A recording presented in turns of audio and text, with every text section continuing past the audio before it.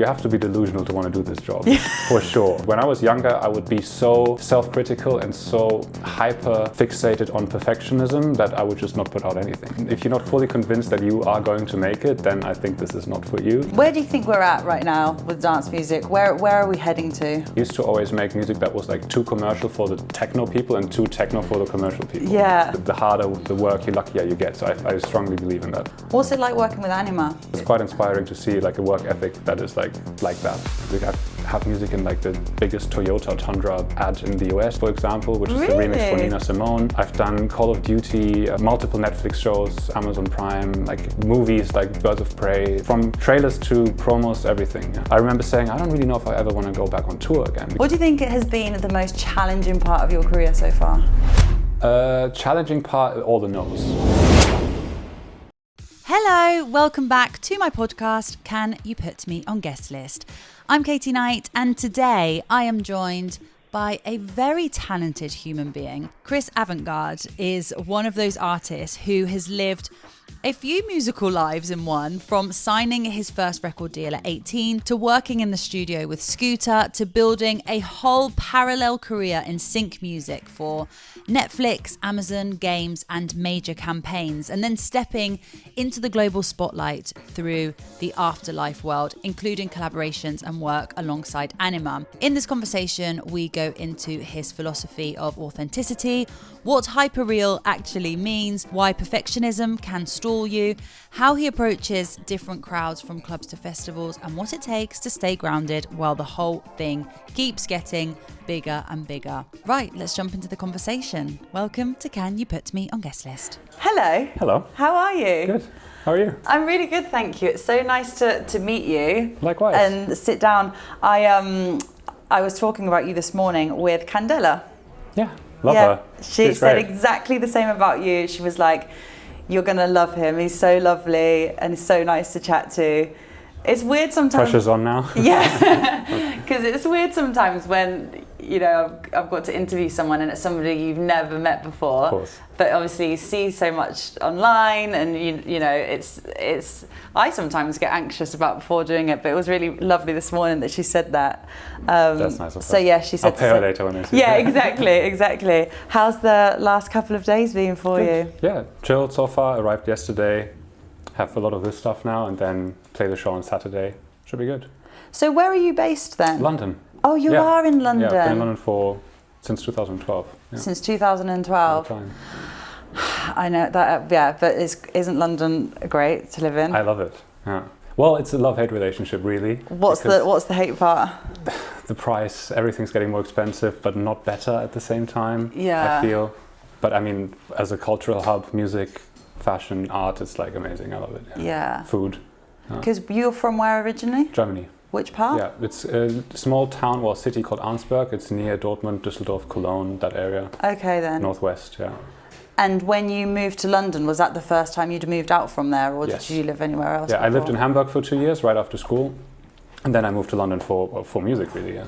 You moved for music. Yeah. What did you study at school? At school, just the normal German. I guess it's the equivalent of GCSEs. Oh, okay. And then I never went to uni. I went straight after school. Signed my first record deal at 18, which was a terrible deal. Obviously, I wanted to save at the time 500 euros for the lawyer, which was this silly decision, but also a great learning experience. But no, and then I worked for 2 years in Hamburg with Scooter, of all people. Like, you remember Really? Scooter? Yeah, that was like my first start in the industry. Ready? Yeah, it was a great experience because I learned so much and seeing the whole process of how they made an album, and I ended up co-producing some of the songs on there. First starting as like a studio assistant, learning a lot, and then being there for 2 years. Yeah, it was great. How did that come about? How did you start working with him? So they own a record label in Hamburg, and I sent the CEO of that label demos, and I was 17 at the time, and this was back in the day when you sent a USB stick or a CD. So I sent a CD as a demo, and then they heard potential in my music, which, looking back now, I'm like, I'm surprised they did, because it was musically it was good, but from a production point of view, it was pretty terrible. And he invited me over. He's like, you want to come to Hamburg, come to the offices? And I was completely overwhelmed, like shiny, big music offices and all that. And he was like, I'm going to show you around the studio. So we went, he drove me to the Scooter studio, it was one of them. And that's when I got very lucky, because they had just switched from Logic to Ableton, and I have made that switch about half a year before. And Rick, their producer, he was doing something on his keyboard and he couldn't figure one thing out, and HP was sat on the couch back in the room, and I was like, I know how to do this, and I just did one thing, and then HP was like, oh, he should come back tomorrow. And then I came back the day after that and the day after that. And then that was it. That's how it all started. Something like that. I mean, it's a long time ago, but yeah. And you were there for 2 years working with them.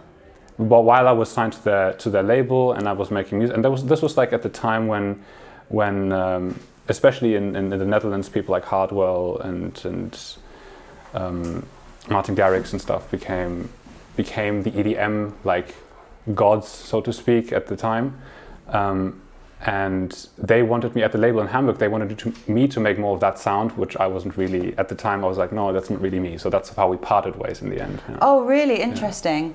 Do you think, because I think a lot of people, there would be people that may have taken on that opportunity and been like, even though it's not my sound, I'm going to do it anyway. I certainly tried. I was young and impressionable, so I tried to copy, and I think every young DJ does that, or producer does it, or musician does that. And I mean, trying to copy people to learn production is great. Like, I would not discourage anyone to try and make something sound like that sounds good in your ears, and just get inspired by that. But then the next step is obviously finding your own sound and doing that. But I felt a little bit pushed too much into a lane that I didn't really feel like comfortable with, or that was me. Yeah. I always say this now, it's like I used to always make music that was like too commercial for the techno people and too techno for the commercial people. Yeah. Right. And then now, like 12 or however years it is later, that melodic techno space that it has become sort of just married those two worlds, and then I felt at home there for a while, and then it became a different thing, and now I'm like, I'm looking elsewhere again. I'm like, okay, what's the next thing? I think it's always evolving. That's the beauty of it. Because I remember last year during ADE that you put up a post saying that the last time you'd come to ADE, you didn't really feel like the crowd was ready for your sound. Yeah. What was that period? I don't remember exactly when that was, but it basically means exactly what I just said. Like, I felt like I was always a little bit too far left of center for the really commercial crowd, and the other way around. And then with that marrying, and with that sort of being more like, just publicly accepted, I think it was, and then also obviously with the Anyma project and the songs and all of that we made together, like it was like the right place, right time. It's like one of those things. I don't think there's a real secret to that. It's just, I wouldn't call it luck, because I've worked very hard to get to that point. Totally, 100%. But like, you know how they say it's like the harder the work, the luckier you get. So I strongly believe in that for sure. And during that time when you, as you said before, you didn't really know where your place was. Did you ever have any doubts and thoughts of maybe I should be doing something else, or did you know that eventually people would come around and be into the sound?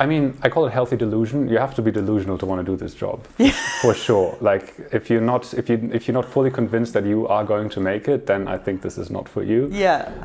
On the other hand, of course, doubt is a daily bread. It's in the studio, from playing live to what am I wearing today. There's always all those things go into what a project like this is, I think. Yeah. What did you learn the most from that period of time? That's a tough question, because I feel like there's the learning experiences go from that period to other periods to moments where you think something connected and then it didn't, to moments where you think something will not connect and then it does. The best example for that is the story of how I met Matteo. I made a song that was placed on a lot of movies and TV shows on Netflix, Amazon, and it was called Inside, with the incredible Canadian artist Red Rosamond, who sang on the record. And while it was on TV, the record wasn't out commercially, it wasn't released. So I asked then Ultra at the time, because I wrote the song at a camp that was managed by Ultra, meaning that they had the first call on like putting out the record if they wanted to. But them being a dance label and this not being a dance song whatsoever, they didn't really know what to do with it. So I asked, hey, can I just put this out just so that it's out there in case people Shazam it and stuff, so that it's out there? And they said yes, which I'm thankful for. So we put it out.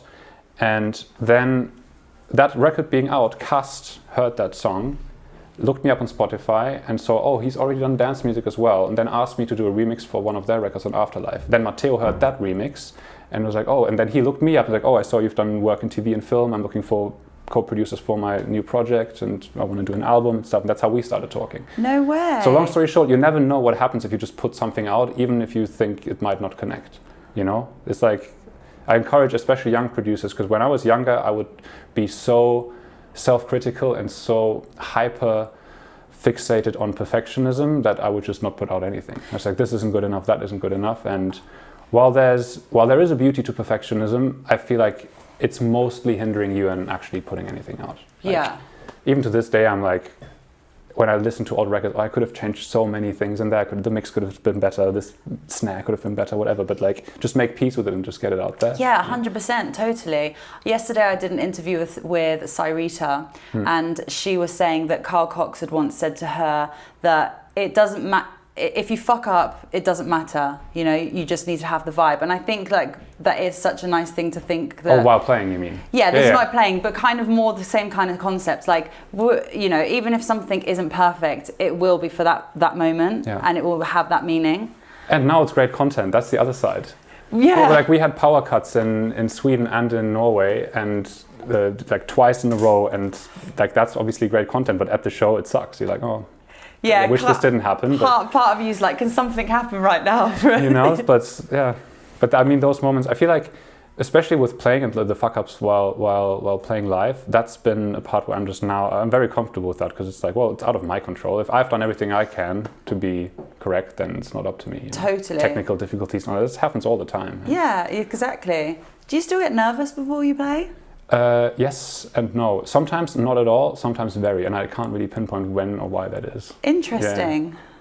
It's weird. Actually, when I have my wife around and my friends and everyone I know, I'm getting more nervous than when it's just random country, random crowd. Because it's the people that you want to show them. Yeah. Yeah. I mean, you want to impress at the same time, but also it's like many of these people have seen the whole like hard bits of trying to get to that point, so there's like also like there's a very emotional element to that, you know. So, yeah. And I think that plays on my mind a little. Were you nervous when you had to play the Sphere? Yes, mostly because it's not a venue made for dance music, and it's mostly seated, and it's overwhelmingly huge, and the screen is massive, and it's just and it was a special moment for electronic music that having happened. So. Yeah, I was nervous for that, but I think it went really well. Played it back to back with Rebuke. It was fun. Yeah. What was the experience overall, just walking into that room? Because obviously, you know, that went so viral. Yeah. Everybody saw it, as you said. It was a huge moment for dance music. Yeah. But what's it actually like being inside that actual space? Do you remember, in Germany you had planetariums. Is that a thing? Do you remember where you go in, you can see the planets in like this sphere dome thing? That's what that reminded me of the first time I walked in there, but just 10x, like on a completely different scale. And then combining that with music and Anyma as Matteo's show, it was just, incredible. Yeah. What's it like working with Anyma? So Matteo is probably one of the most visionary people I've worked with, and most, let's say, clear cut to what he wants to achieve, relentlessly. Like whenever I stayed over at his house, like he would go to bed at 7 a.m. in the morning every day and just keep working and keep working. And then when I wake up, I hear through the door, I hear him on the laptop, and I still hear music. And I'm like, okay. He's really serious about it, and it's quite inspiring to see like a work ethic that is like that. Yeah. And what would he just then sleep in the daytime then? Yeah, he'll get the sleep in when he can, but yeah, he's a workaholic for sure. Is he? Yeah. What's he like as a person? Amazing person. He's helped me a lot in my career. Obviously with all the Afterlife stuff and the shows and everything we've done together. And yeah, he's so focused on work that's basically what consumes most of his life. Yeah. I wanted to ask you about Dale. Yeah. Because I read that you had made that track with the Space Miami dance floor in mind. Yeah. Is that quite a common thing to do, to like make a track for a specific dance floor? It depends on the space. With Space Miami, it was the case that the first time I played there, I think I played 1 to 3 a.m. or 2 to 5. I can't remember the exact slot time, but it was still dark. You didn't have the lights up, like the sun was not up or anything like that.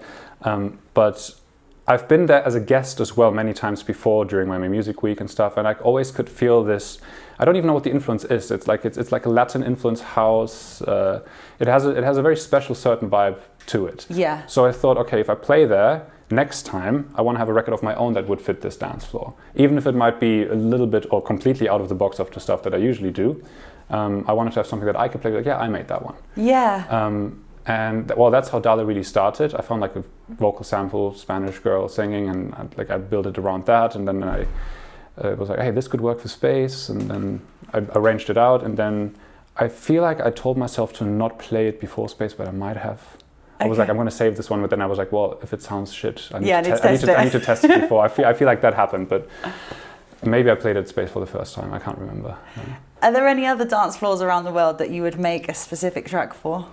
I make specific intros for shows sometimes. When I play Dubai, I might put a vocal on that says Dubai and things like that. It depends. It also depends on how much time I have before a show. Sometimes it's back to back to back, and then you don't get the time to make a tune, or you are already working on 10 other things and you can't really focus on that particular show sometimes.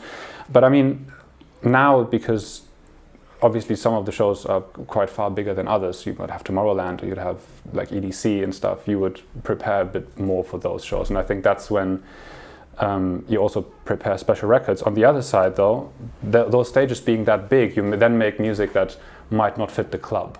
Right? So like there's always this fine balance of trying to like, okay, this is going to work in front of 25,000 people, sure, but is it going to work for 600 people?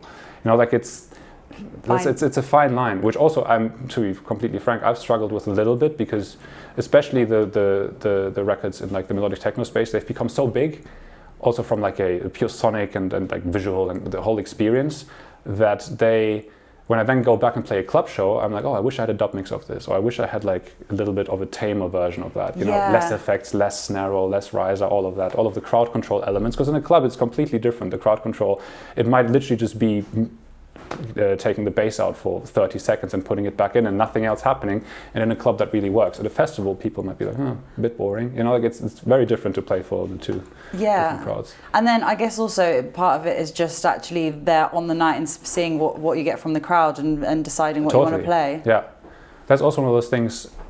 When I started touring again, I prepared every set to the point where I'd have a set list done, and then I would have like different lanes. Okay, what if it goes to this, or what if it goes to that? But I would stick pretty much very closely to the set list that I planned. Also because I like to mix harmonically, so I like to mix from one key to the other, and keep it quite musically pleasing to my ear at least. But now I've noticed that especially club shows, sometimes it doesn't matter if it's in key or not. It's about, when you said earlier, it's about vibe more in that moment than it is about the perfectionism once again. Yeah. So I like to combine the two, but yeah, I mean, it's every show has a different approach. But looking at the crowd and trying to see what they react to, and then in the moment reacting to that as a DJ, I think that's part of the job, and it's also the beauty of it. Yeah. Totally. I've just had a thought. So you know before when you said that you can't really pinpoint when are the shows that you get nervous for. Yeah. So whenever I really prepare an interview, I get really nervous about it, because I feel like the more prepared I am, the more I need to memorize and see where exactly everything is. Maybe that could be a thing. Maybe it's like if you wing it, you might feel a lot freer. Yeah. Yeah, because you just kind of like go with the flow. Maybe that's where you'll get more nervous. That could be. I could be actually, yeah. Yeah. True. What do you think has been the most challenging part of your career so far? Challenging part, all the no's. All the no's? The no's, yeah, for sure. That's something that, first of all, it never stops. No matter at what level you get to, there will always be the next glass ceiling, the next no, the next, oh, this isn't going to work out, or the next promise that you get really excited about and then it doesn't happen. It doesn't stop.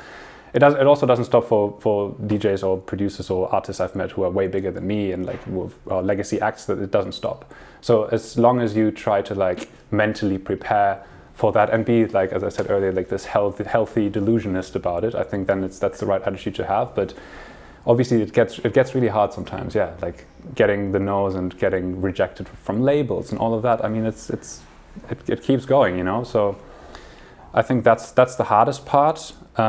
Now with touring on top of that, obviously the hardest part, and that is being away from home a lot, sleep deprivation, the whole thing. Like it's taxing sometimes, of course. Yeah.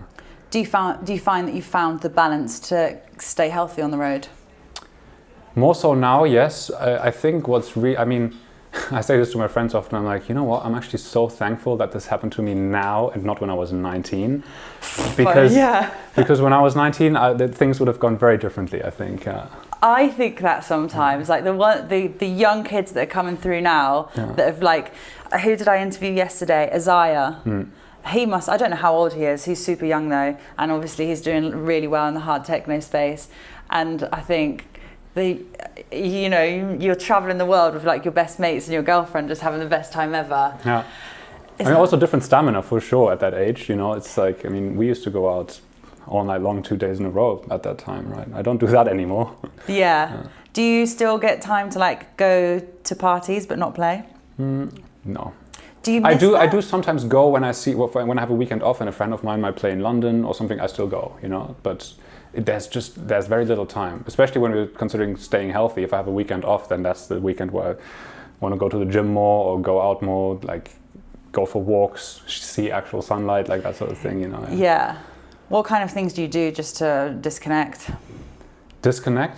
Walks, sports. I mean, I never really disconnect, and I don't want to disconnect, because I mean, this whole I don't think there is the whole work-life balance thing. I think you should find balance in your life full stop, and not try to separate the two. Because if you try to separate the two, if one thing gets hard, then you might use the other one as sort of like an escapism mechanism, and then that's the slippery slope. I've been there before, where I tried to be like, okay, now it's music time, and now it's private time, and now it's music. Like, it gets murky quickly. Yeah, I know what you mean. Sometimes when I'm like working on like lots of different things, I'll like try and plan out my day and be like, from 10 a.m. to 12 p.m. I'm going to work on this. From 12 till 2. It just never works. You've got to be in the guideline is good to have, I guess. Structure is good for me, but... Yeah, structure is good. But not complete mental like tap out. I think. Yeah. Before we continue, I want to talk about the sponsors of this show. This episode is powered by TrackStack, the all-in-one platform built for music creators. So with TrackStack, artists can send and receive promos, get their unreleased tracks into DJs' hands, and even create social-ready promo videos through TrackStack Showcase. You can browse inboxes to see which labels and artists are open for submissions, and easily track what you've sent, when you sent it, and the status of each submission. So whether you're managing demos, sharing promos, or leveling up your productions, TrackStack helps you do it all very, very easily. And if you want to try it for yourself, you can use the code CUPMOG, that is the first letter of every word of Can You Put Me on Guestlist, for 10% off for life. This podcast is also powered by Labelworks, the engine behind thousands of independent dance labels around the world. So if you're an artist or label owner looking to push your sound further, you need a system that works as hard as you do. Labelworks gives you everything: distribution, royalty, management, promo tools, and industry insights, all in one powerful platform.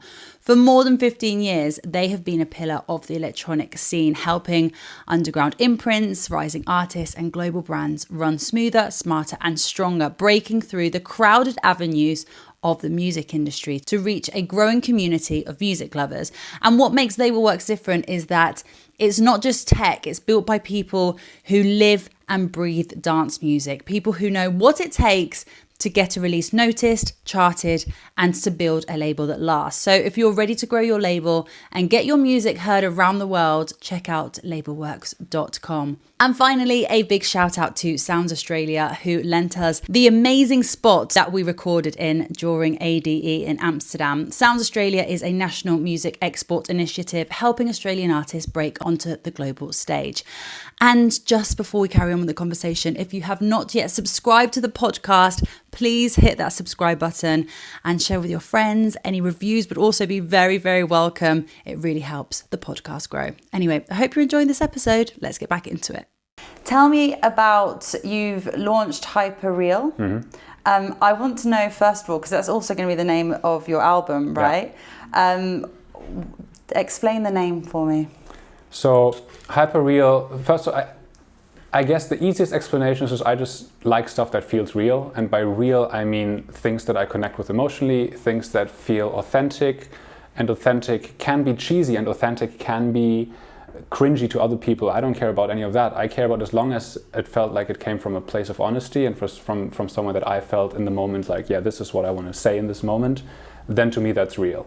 And then taking that to the next level with the concept of touring and live and shows and all of that, and just building a world around that put me in this like mindset of like hyperreality, like being on a night out, escapism, not being able to distinguish what's real and what's music, what's visuals, what's lights, like all of that, you know, like there's a beauty to all of those aspects of nightlife, to me personally.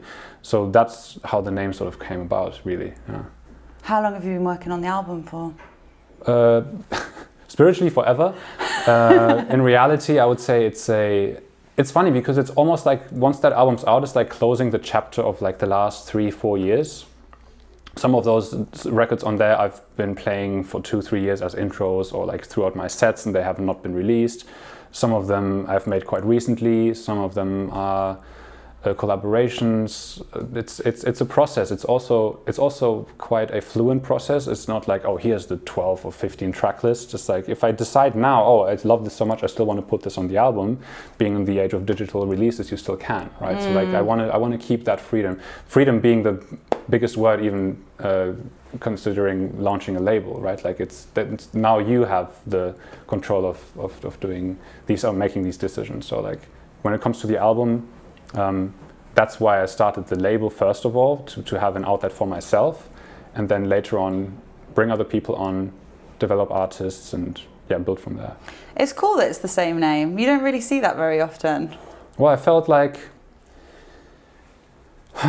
from a brand perspective, it's probably best to like hammer down the one name as often as possible and use it as a launch pad sort of thing and see where that goes, you know. Yeah. It gets people thinking about it. Yeah. Or like at least keeps it in the back of their mind a bit, hopefully. Totally. Yeah. You know the project that you were talking about before, which is How You Met Matteo. Is this what you won an award for? Yeah. Okay. So was that a career that you were in before? Is it something that you do on the side? Both. So it's for the past I don't even know how long this is, 8-9 years. I've built a full career in I guess the genre you would call it sync music. It's music that's synchronized to picture. So it would be anything from trailers to soundtracks in movies, soundtracks in games, adverts, commercials, that sort of thing. And this is now going back to when I moved to London, I had a residency in Liverpool in a club called Aura, which was mostly like student parties, and they would book international acts sometimes, which I would open for, but it was just, I think, every Saturday, like just once a week.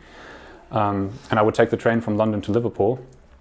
But when that stopped, obviously the income stopped too. So I was like, oh, rent in London is very expensive. What am I going to do next? And I mean, this sort of goes back to the question you asked me earlier, like, was there ever like a plan B or ever anything else I would want to do? Like, no, I was always very set on the fact that music is the one thing that I want to make a living with. And saying that, I was like, okay, I've always made music for myself that is more cinematic. I've always been very inspired by lots of composers, Olafur, Arnalds and people like that, and I was always making that sort of music, but just for myself. I never had an outlet for it. And then through an old manager of mine, I met two very good friends of mine now, Jack and Neil Ormandy in LA, and they at the time started a company called Silo Music, which is basically a sync house. It's a publisher. It's a company that is the middleman between the composer and the TV studios or the film studios. Okay. And they didn't, but they had this idea. They were English. They moved to LA. They had this idea and this dream of starting this company, but they didn't have any composers. So I was like, well, I can try. Like we were all pretty green behind the ears, right? So that like I was one of the first people they worked with, and we've sort of like built that whole thing together. And they've taken it to a whole other level now with like lots of composers and made it an amazing company. But that's how that whole thing started. So then over the years, with me becoming more known in that space and getting to know more people, getting more placements. I've done music. I have music in like the biggest Toyota Tundra ad in the US, for example, which is the remix for Nina Simone. I've done Call of Duty. I've done multiple Netflix shows, Amazon Prime, like movies like Birds of Prey, like there's from trailers to promos, everything. Yeah, that was a whole career, which is also one of the reasons why, at the time when consciousness came out and stuff, I remember saying, I don't really know if I ever want to go back on tour again, because I know what it used to be like DJing and having a few international gigs and stuff. And for me, at a 19-year-old at the time, was already overwhelming. I was like, do I want to go back there? Well, here I am. So yeah, you are. Yeah. What's it like working with like huge giants like Amazon and Netflix, HBO? Very different to any other music making process, because it's very client dictated, right? So you would have, first of all, very tight deadlines, which a lot of which come over the weekend. So it would be like on a Sunday at 4 p.m. in the UK, they've woken up in LA and noticed, oh, we have a meeting tomorrow, but we haven't got exactly what we need yet. Can you rework this entire thing in 24 hours? God. That happens a lot. That happens all the time, yeah. Which is also one of the reasons why I don't have much time to do that anymore now, because a lot of this happens over weekends, weirdly. And I'm obviously touring on weekends. But then again, what I find awesome about working with big clients like that is that you sort of have to take 2 or 3 steps back from your own music. So you sort of like detach your ego from it, which is an incredible experience to actually finish your own music later on. Yeah. Because there's so many records that at the time I never finished, just because I was like, oh, this could be better. I'm kind of stuck here. But if there's a lot of money on the line and a client that big being like, we need this tomorrow, suddenly it works, like there is some sort of mental switch that happens there. So that's definitely a learning experience I had from that sort of industry that's now translated into my music making process now. Yeah. So from that learning, do you now apply this to when you're making a track? Do you give yourself a deadline? I try to. It doesn't always work, but I try to, yes. It certainly helps, for sure. How long do you give yourself? Oh, that depends. Sometimes, Okay. I mean, I think Chris Lake said this. He said on a stream, he was like, and I think he heard it from someone else, so this is going through the motions now, but he said, what would you do to this track if you had to DJ it in 1 hour? And I heard that, I was like, oh, that's such a good point, because if you're really pressed for time, you could probably finish a playable version of this in an hour. And having a playable version as a DJ is almost like the holy grail, because the track doesn't have to be perfect, but if once you have a playable version with intro, outro, and the arrangement is sort of there, then you can start testing it, then you can refine it after. You can say, oh, does the bass kick alignment work in the club? Does it not? Like, that's sort of like the first step. And there's almost like the same, I feel like it's the same narrative as the whole big client giving you a deadline in 24 hours thing. Yeah.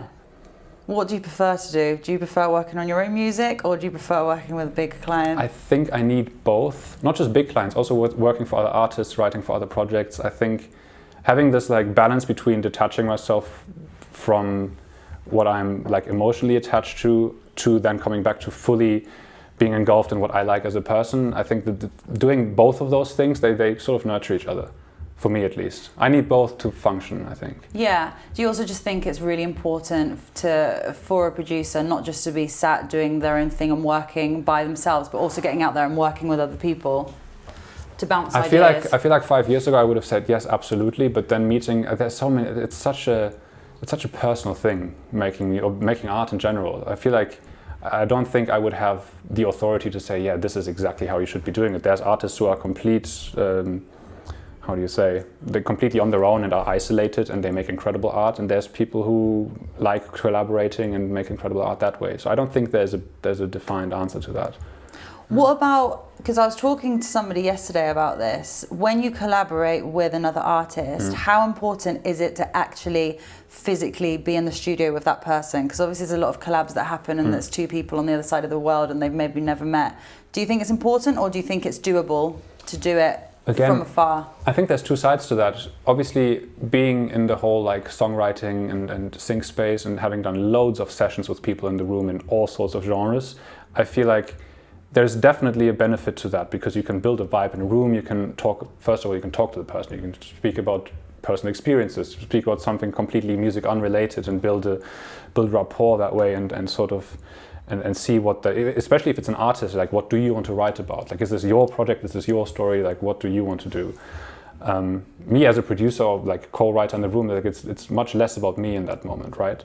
But when it's 2 artists collaborating on a dance song, I think remotely works just as fine if they are on the same wavelength. It depends on the people. I've had sessions where we've sat there for 4 hours and nothing came of it, and I've had remote things where you would send something back and forth for 20 minutes and it became amazing. And it's like done. It's one of those. You never really know. I prefer working in the room with people, especially with new projects, just to get to know the person and all of that. later on, obviously with touring and all that, I think working remotely obviously has its benefits just for time reasons. But yeah, both have their positives, I think. Yeah. Are there any sounds or sides of yourself that you have not yet explored but would like to? I hope so. Otherwise, I think otherwise it would be over. I feel like this constant evolving and constant experimentation is what makes this so exciting. So, well, I mean, I wish I had the answer to that question. Like, yes, this is it. This is what I'm going to do next. Yeah, but I feel like the whole process of trying to find that is what makes this whole journey and this whole job, if you can call it that, like what it is, you know. Where do you think we're at right now with dance music? Where are we heading to?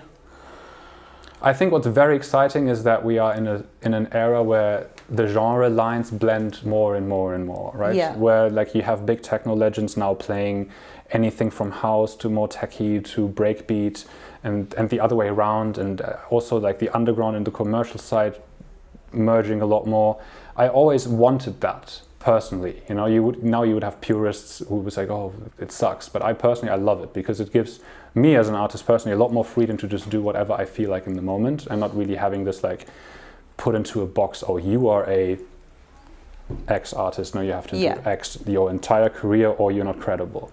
I feel like that's shifted massively. Especially, I mean, look at all the young kids making music now, from garage to dubstep to bass, and it's all in one project, and it's amazing. You know, like there's so much good music out there, which this is so interesting, especially being the age I'm at now, looking at kids now, 18 to 20, they don't have any of those. They don't even think really about genres or think about what we used to be calling like different scenes. It's just, yeah, we're making dance music. Obviously then they might discover something, they might go back to the roots, and they might educate themselves more, which is all beautiful, but they still have this mindset of more freedom. And I think that's definitely the way forward. It makes for better music and for more interesting art, I think. I think it goes back to what we were saying before as well. Like if it's what you like and you love and it's a vibe, then for sure. You know? It should be the most important part of any creative process, in my view. Do you think it's important for an artist to try out different sounds instead of just trying to like pigeonhole themselves into one genre? Or do you think they should try and conquer that one sound and then start to explore? It's because the question is quite generalized in the sense where I don't want to say something on behalf of another artist, if that makes sense. Because again, it's so personal. I feel like every artist, producer has a different way of getting to the point that they eventually want to be at, if they stick to it and if they have the talent and all that. But I mean, it might happen to someone that a song blows up that they were like, oh, this is just a B-side, and then that's all that they're known for, and then suddenly they're pushed into like by labels and by other people like, you should do more of this and more of that, and they might feel actually not too comfortable with that, right? That person I would say, hey, no, you should be doing what you feel comfortable with, and because otherwise you're going to hate yourself in 5 years. Yeah. But if the same thing happens and it's like, actually, I love this, I always wanted to make that sound, then yeah, by all means, go for it. I think it's all about like, you have to be authentic to yourself, be true to yourself, whatever that is. It could be completely honing in on one genre and be like, this is purely me, or it could be like, I want to experiment, you know, like I don't think there's a definite answer. Yeah. It's like what you said before though, when you had the opportunity with Scooter to go and do something else, and you've stuck to what you want and what is authentic for you and true to yourself, and look where it's got you. Yeah. When you look back at it all now, does it feel surreal? Or it does, for sure, it does. But at the same time, I mean, there's always this like, the drive to keep pushing is always there, but I don't think it should negate like how thankful or grateful you are of like what's happened in the past. Like I think both things are just as exciting, and including all the bad times, including all like the learning experiences and all of that. And I mean, I don't think I'm at any point of like being done at all. Like it's every day is a new, fresh opportunity to make something new. Like it's beautiful that way. Yeah, it is. I have a few quickfire questions for you, okay? The DJ with the best dance moves is? Patrick Mason. Right? Has to be, no? It has to be. Where does this come from? It's like they are so on point and so perfect. Yeah, it's perfect. It's amazing. Please, can you give me 3 artists to keep an eye on? 3 artists to keep an eye on. Okay, I'm gonna try and be genre broad here, because like there's so much good music out, and I get most inspired by stuff that I'm currently not making myself, right? So just that as a quick, I think the MPH is great, like garage, bass music, house inspired stuff, incredible stuff. Who else? There's a drum and bass artist called Bloom with 3 O's, makes really good stuff. He had an EP out, something about something rave. I can't remember the full EP name. Okay. That was really good. Then who else? Koido's amazing, makes also like very bassy music, garage inspired, UK inspired. Rohan. There's a long list. I think it was 4 instead of 3, yeah. Do you listen to all genres of music? Yes, I think most of them. All the time? No, I have my phases. Yeah. Did you grow up surrounded by music? Yes. My parents are not musicians by all means, but I grew up around a lot of music. My dad would have CDs in the car and blast them of all sorts. He had a CD called Galaxy Volume 2, and it had like all the old like synth gods like Harold Faltermeyer, Alan Parsons Project, like the whole like 70s, 80s synth stuff. And that, I think that made a massive impact on me, for sure. Because when I listen back to these songs now, like I always feel like it feels emotional. Because like, oh yeah, I remember being a kid, literally like 5 years old, hearing those in the car. But the CDs stayed in the car for 7 years, right? So like, when I was 10, I was still listening to the same. I love that. I grew up around music my whole life, so yeah, for sure. Who is the best DJ you've ever seen perform? Possible question. Okay, I need to say probably 2 people. You can say 2. We'll give you 2.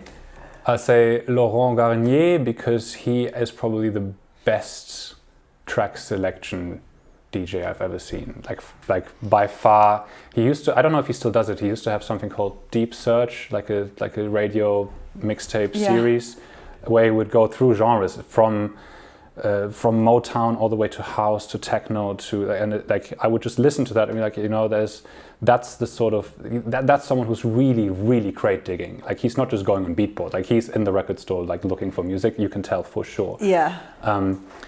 But that doesn't necessarily mean that person's a great DJ, but in his case he is an incredible DJ. I've seen him live I think 3 times. Insane. Years ago, and probably some of the most like life-changing experiences going out for sure. Literally. He's an insane DJ. Yeah. I saw him at Time Warp when he does the morning set. Oh my god, that is actually one of the best mornings. You, yeah. Actually, he's amazing. He's amazing. And then I think another Ben Klock was always one of my, in techno, like one of my favorite, just like journey building long sets DJ. Yeah.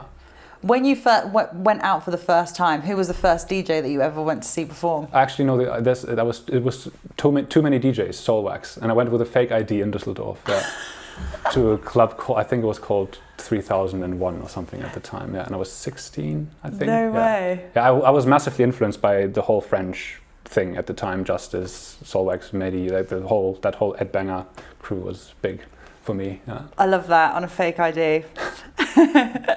What does the music industry need more of in 2026? I don't know. I feel like what we said earlier, just daring different things. It's a bit of a lame answer, but I mean that, yeah. No, the industry itself, that's a whole different topic. But let's just say, that what does the industry from an artist's perspective need more of? Just like, be yourself and just experiment and trust your gut when it feels like it, I think, yeah. And what is the strangest thing that you've ever received from a fan? From a fan? I mean, there's strange DMs, but I think in terms of items, I mean, I've had cakes with my face on it and sparklers. What I find quite cute actually is like in America they still do the candy, the candy bracelets. Oh yeah. Like the plastic, and they make them themselves, and sometimes they put like Chris Avantgarde with the letters on. I keep all of them. I have all of them at home. Do you? Yeah, my wife is like, why do you bring another plastic thing? But she also understands at the same time. That's funny. Yeah, and you would feel so bad like getting rid of something. I feel like bad. that. I can't. When we moved house, I had this like box of just like candy, and she's like, are you keeping? I was like, I'm keeping them. Yeah. Sorry, what are we gonna do? Okay, you can throw a dinner party. You invite 5 DJs. Who are you inviting, and what are you cooking? Do I have to really invite DJs to a dinner party? Yeah. I wouldn't pick a single DJ for a dinner party. Really? No, I would, of course, but I'm being facetious. But okay, okay, let's just change the question then. Anyone to a dinner party? Oh, I don't know. I have to skip that question because this could go too many directions. Genuinely, Okay. yeah. Are you a good cook though? I consider myself okay. We cook a lot at home. Yeah. My wife's better than I am for sure. Nice. One city that parties harder than anywhere else? I'd go for a country. I'd go for Canada, actually. Every time I've played in Canada, for some reason, there's something in the water over there. They go a little harder than the others. Really? Yeah, all the other countries are going to hate me now. But no, that's also, I mean, like, I could have been lucky, you know. But no, Canada goes hard. A specific city in Canada? Oh, Canada, Montreal for sure. Toronto also, though.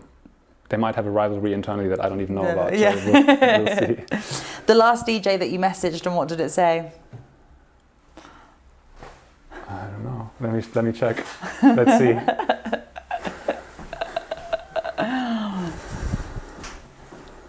Last DJ I messaged, and what did it say? It's Rebuke, and he sent me a song, and I have not replied to it yet. It was yesterday because we were doing all of this. Well, we've reminded you now. Yeah. Sorry, Ruben. I'll reply to you. Back ASAP. The last thing that you Googled? Oh, the weather in Amsterdam. Yeah. The weather in Amsterdam. Which is probably the same as... It's the same every year. Same really, every single year. Who's the most famous person you've ever put on Guestlist? I don't think I've put anyone famous on guest list. I like to keep my guest list friends and family, really. Nice. Yeah. All really like hardcore fans, people I've seen engage a lot online and comment on everything and just are part of like the community in that sense. When they then ask me, and I already know their handle, I know their profile picture, like I've seen them lots online, then I'm like, yeah, of course. But there's so many, I mean, all the big shows, often you get DMs like, hey, we are really big fans, and then they don't even follow you. Happens all the time. Yeah, I've heard that one many of times. You've got a really nice following and a really lovely community. I've got a loyal following for sure, what I love most about my fans in that sense is the fact that they completely understand the fact that I might put out something like Dale and then might put out something like a techno remix on Drumcode another day. Yeah. You know, like it's the fact that they let me do that and they still keep listening is probably one of the things I'm most grateful for. Yeah, that's cool. Like they trust you, they want, you know. Yeah. Well, hopefully not always. I might put something out that sucks, and that's also okay. But like, stick with me here, you know. Yeah, exactly. Do you play much in Australia? I've never been. You've never been? No, I've never been to Australia. We haven't been able to make it work. We've had offers, and we've had it in the calendar for different like Southeast Asia and Australia Pacific region. It was just a dates thing, to be fair. Okay. There's no particular reason I haven't been. I really want to go, actually. Yeah. Plus, my wife's got family there too, so I've got all the reasons. So it makes sense. Yeah. You've got all the reasons to go. Yeah. Oh, okay. Because we're partnering with Sounds Australia, which is an amazing platform that are pushing Australian artists internationally. And the question was, when you think of Australia, what's your first thought? But obviously, you haven't been there yet. So. No, but I would say, is Oddmob Australian? I think he is. I don't know. Is Oddmob Australian? I'm not sure. We would need to look that up. If he is, jackpot. If he isn't, very sorry. But he makes incredible music. He is one of those people. I've only met him once or twice and said hi to him. We've never really spoken more than that. But he also DJs in a way where I can, like the kids right now. Like he plays house, techno, and then ends on drum and bass. I'm like, yeah, that's the way. I love that. That's really cool. Yeah. You can just try a little bit of everything. Yeah. Yeah, I'm not sure if he's Australian. I hope he's Australian now, otherwise. Even if he's not, we've just learnt something new, so that's cool. We have been playing a game which is called Pass the Question, where each guest has to pass a question on to the next guest. Oh, God. Do I get to know who the next guest is? Maybe no, not. Okay. No, you're not allowed to know. The last question was Yulia Nico, and she says, how many children do you want to have? I think 2. Nice. I think 2, yeah. We've got one on the way, due in January, so it's very... Congratulations! Thank That's you. super exciting. It is very exciting. Will also be a massive change in the whole touring and all of that. So yeah, totally. Exciting times. I had Juliet Fox on earlier today, and we were talking about parenthood, and I think it's something that's not spoken about so much in the industry, like how things change, and you know. I think there's many reasons for that. I mean, also because there's lots of people in this who are younger and don't have kids at that age. for sure. Also, people going out, they don't have kids at that age. That's also changed now. Lots of people are going out into their late 30s, for sure. Going out? Going out, like going out on a night out. I don't think that used to be the case when I was, maybe it was and I just didn't see it, but when I was 20, I didn't see 35-year-olds around. Now I do everywhere. Maybe it's the places I'm going, yeah. Maybe. For sure. Thank you so much. It's been so lovely to chat with you. Thank you for having me. You're playing tonight? No, I'm playing Saturday. You're playing on Saturday. Yeah, Dockyard. Plans tonight? Are you going to be going out? I might go to Awakening's drum code. Yeah, I'm going to go by there too. Sweet. I think it'll be a good one. Thank you so much, and thank you everybody for watching. Thank you for having me.